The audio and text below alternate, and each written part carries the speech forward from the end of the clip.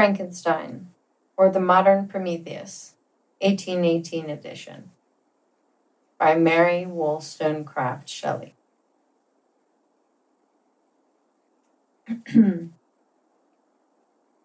Chapter 2. When I had attained the age of 17, my parents resolved that I should become a student at the University of Ingolstadt.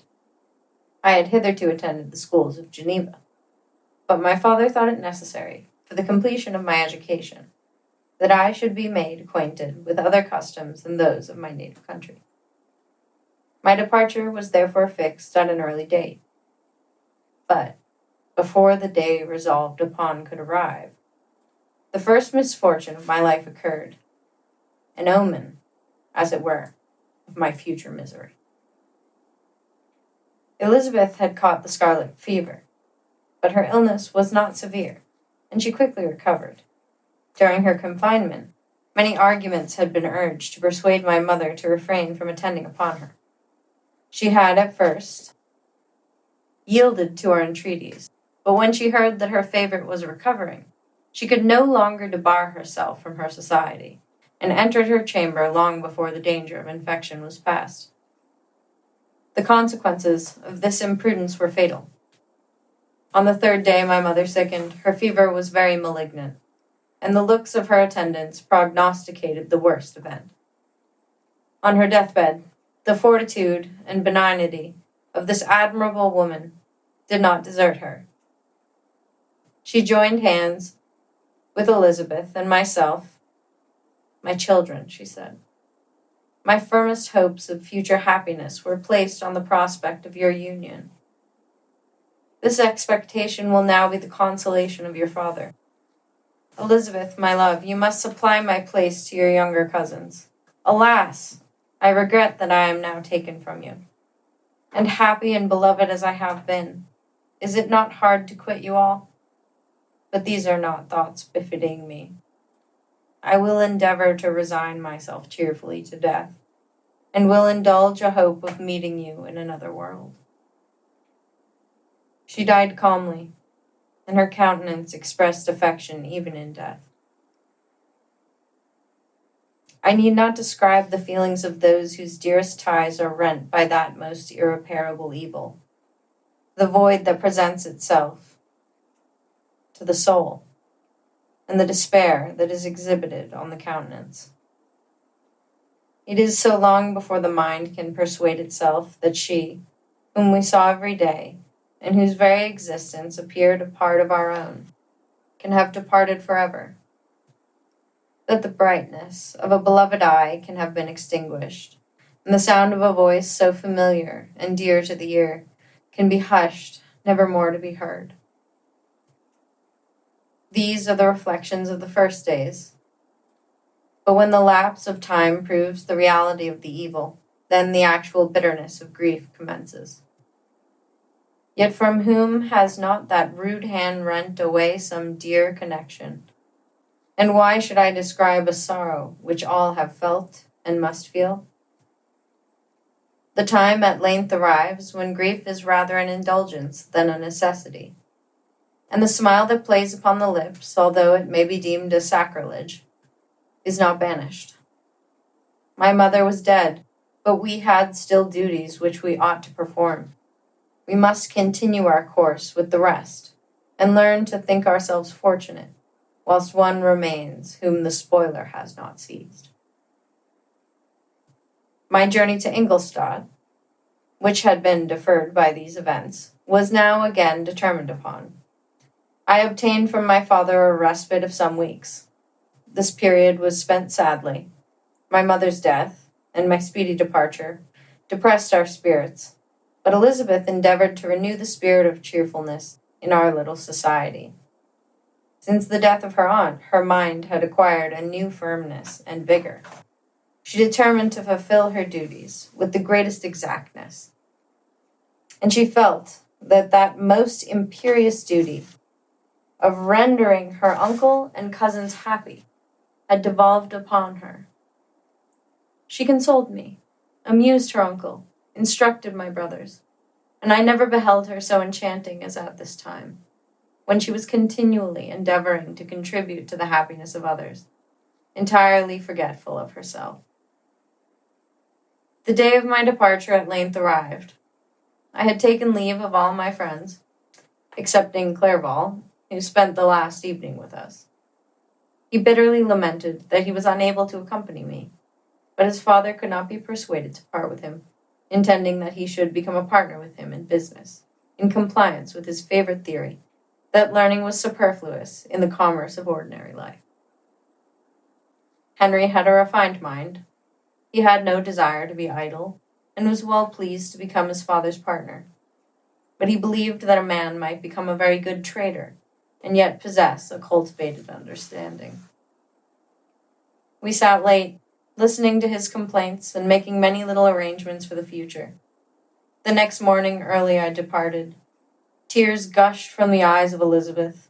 They proceeded partly from sorrow at my departure, and partly because she reflected that the same journey was to have taken place 3 months before, when a mother's blessing would have accompanied me. I threw myself into the chaise that was to convey me away, and indulged in the most melancholy reflections. I, who had ever been surrounded by amiable companions, continually engaged in endeavoring to bestow mutual pleasure, I was now alone. In the university, whither I was going, I must form my own friends, and be my own protector. My life had hitherto been remarkably secluded and domestic, and this had given me invincible repugnance to new countenances. I loved my brothers, Elizabeth and Clerval. These were old familiar faces, but I believed myself totally unfitted for the company of strangers. Such were my reflections as I commenced my journey, but as I proceeded my spirits and hopes rose. I ardently desired the acquisition of knowledge. I had often, when at home, thought it hard to remain during my youth cooped up in one place, and had longed to enter the world and take my station among other human beings.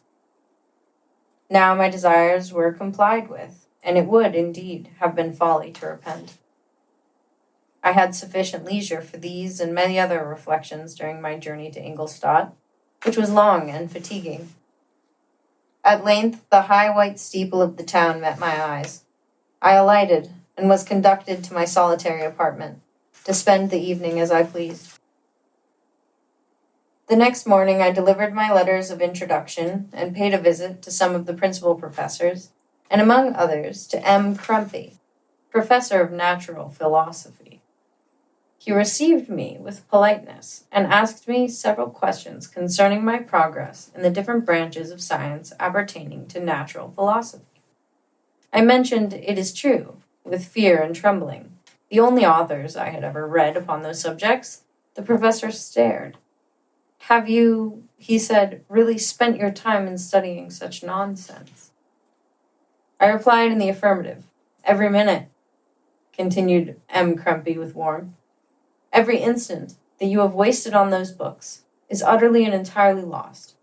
You have burdened your memory with exploded systems and useless names. Good God!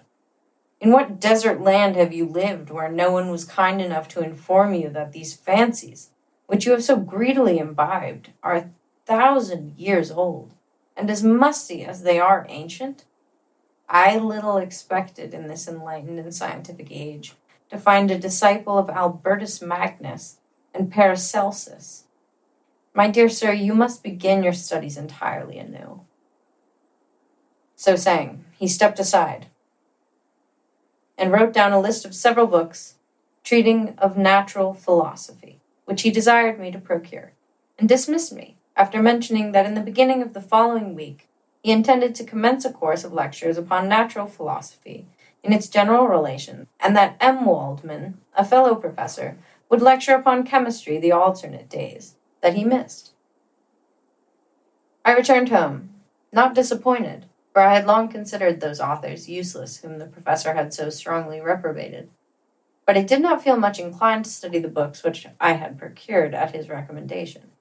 M. Crumpy was a little squat man with a gruff voice and repulsive countenance. The teacher, therefore, did not repossess me in favor of his doctrine. Besides, I had a contempt for the uses of modern natural philosophy. It was very different when the masters of the science sought immortality and power. Such views, although futile, were grand. But now the scene was changed.